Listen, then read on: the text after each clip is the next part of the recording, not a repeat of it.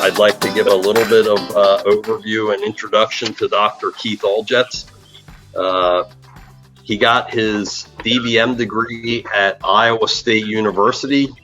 He's also a graduate of the Executive Veterinary Program at the University of Illinois. He's a partner at Veterinary Medical Center, a 14-doctor mixed animal practice in Williamsburg, Tiffin, Salon, and Mount Vernon, Iowa, as well as being a partner at VMC Mgmt, where he works with 2 other swine veterinarians. VMC is a swine management company that specializes in sow farm management in the Midwest, Eastern Iowa. Professional affiliations for Dr. Aljets include the Iowa Veterinary Medical Association and the American Association of Swine Veterinarians. I'd like to welcome Dr. Keith Aljets. Oh, thanks, Scott. Dr. Aljets, I also am going to add a little bit of an additional bio to that. My understanding is that your management services through VMC are providing veterinarian management services to about 39,000 sows in the Midwest, and congratulations to you and your team on entering the 2021 pork powerhouse recently. Thank you. What states are you currently working in, and what's the scale of those farms? You know, we manage a lot of our management business has been farms we constructed. So some of those that we built in the late 90s are 12 and 1,300 head sow farms, and then now we've got farms that are 4,000, 6,000 sows. So as the industry has changed, our model has increased the sow farm size. Do you see a lot of shifting dynamics within your customer base moving into group housing or Prop 12 focused type production? Yeah, there's been a lot of interest in Prop 12, but no one has made that leap yet, at least not my clientele.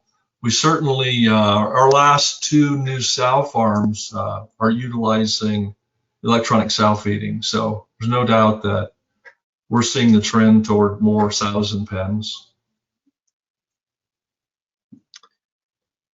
As you work with those farms today, are you seeing differences in regard to mortality and culling issues? Ron talked a little bit about mortality correlations with productivity at the sow unit. What do you see differences in farms that you're working with?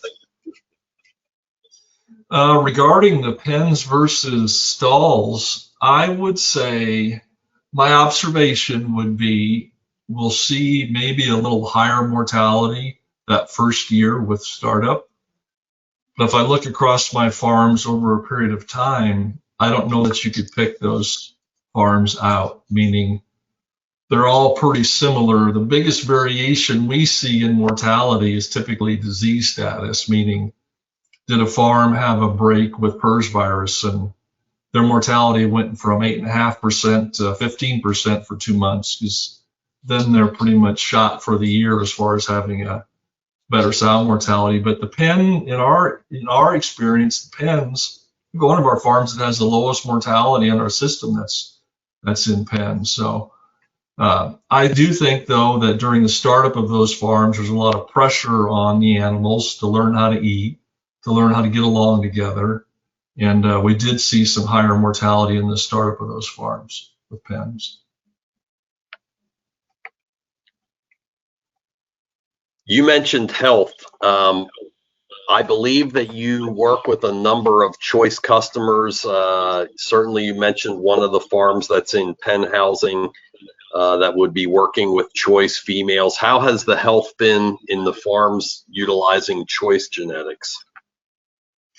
Yeah, well, we've been very happy with the multiplication farm that we have for choice. I mean, the animals have been, came in without any of the typical swine viruses that we fight in the industry, and they've been very, very healthy. No really any bacterial issues that are anything more than just run-of-the-mill pig bacteria. So health on those farms has been very good, and You know, it's amazing when you start a farm with healthy females, the pigs are pretty healthy that come out of the farm. So those farms are fun to work with, fun to manage from our perspective.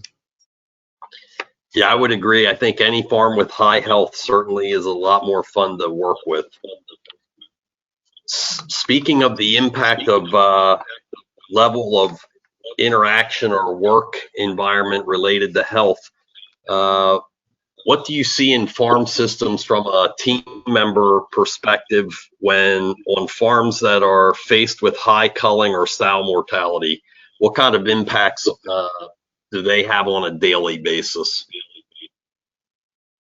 Well, you know, mortality, you know, we have a hard time, like every industry in the United States right now, but keeping seasoned employees is difficult on sow farms. And there's no doubt that mortality weighs on the staff members. You know, part of it is the time situation. So every time a sow dies, somebody's going to spend a half hour at least removing that sow from the farm. And it's not unusual in some farms to have more than 1 or 2 sows die a day, unfortunately, depending on whatever's going on the farm. So, and then coupling that with piglet mortality, you know, those are issues that we have with our workforce, and they're non-productive things that we ask staff members to do, right? We want staff members to attend to sows when they farrow. We want them to temp sows after they farrow. We want them to take care of newborn piglets. And they can't do that when they're going and getting the dead cart and removing sows from the facility. One of the things Ron mentioned in his presentation around managing and developing gilts for more productivity in a farm, he referenced nutrition and utilization of the caliber, an objective way to measure body condition scoring, and also the utilization of thermometers to be checking baseline temperatures for timely treatment status. Maybe as we wrap up our conversation here, you could give us what are the top impact areas or objective areas that you see for farms to help minimize sow mortality or improve their longevity in their farms, take homes or implementable protocols that you like to see in place? Yeah, well, if you're struggling with sow mortality, the challenge with mortality is getting a diagnosis. So we ask a lot of our farms that we consult with or that we manage that we necropsy sows when we're on visits, and it's surprising the day that sows don't die is the day that we're typically there. That's frustrating. If you're having an acute spike in mortality, say your farm runs at 8% and all of a sudden you're at 12% for 2 months, I would strongly encourage you to get some sows necropsied to make sure that there's not a disease process starting or that you weren't aware of. The most frustrating cases of mortality is when the farm's at 9.5% and we can't seem to find a good reason. And there's no, I'm not aware of any one intervention that's going to fix that problem. It's going to be a lot of different areas working together. You know, we know that most sows die during the farrowing process and around that time of farrowing. So certainly sow care is important during that time. We know that, you know, infections with PRRS virus result in increased mortality for 2 to 3 months. So working on the biosecurity aspects, we like the calipers. I would say with the calipers that you can get your sows pretty thin, and if your sows are real thin, you just have to make sure you don't let them get too thin. But the calipers are a great way to train new staff members on where you want your sow condition to be. So, you know, all the things that that we know that it's hard to implement, getting sows up every day, treating lame sows. You know, that injury to that dew claw doesn't really seem like a big deal, but your extremities don't have good blood flow, and it's hard for those animals to heal with a poor blood flow. So antibiotic therapy is certainly indicated on those, but it has to be sooner rather than later. once that infection gets started, it just seems like it's really hard to fix those issues with torn dew claws. So there's a lot of things to look at. I would certainly would think any veterinarian that comes to your site or your system would be happy to discuss areas with you that you can work on to try to reduce sow death loss. I would encourage you, if your veterinarian's on the farm, to have him necropsy any dead sows for the day. It's surprising what you'll find.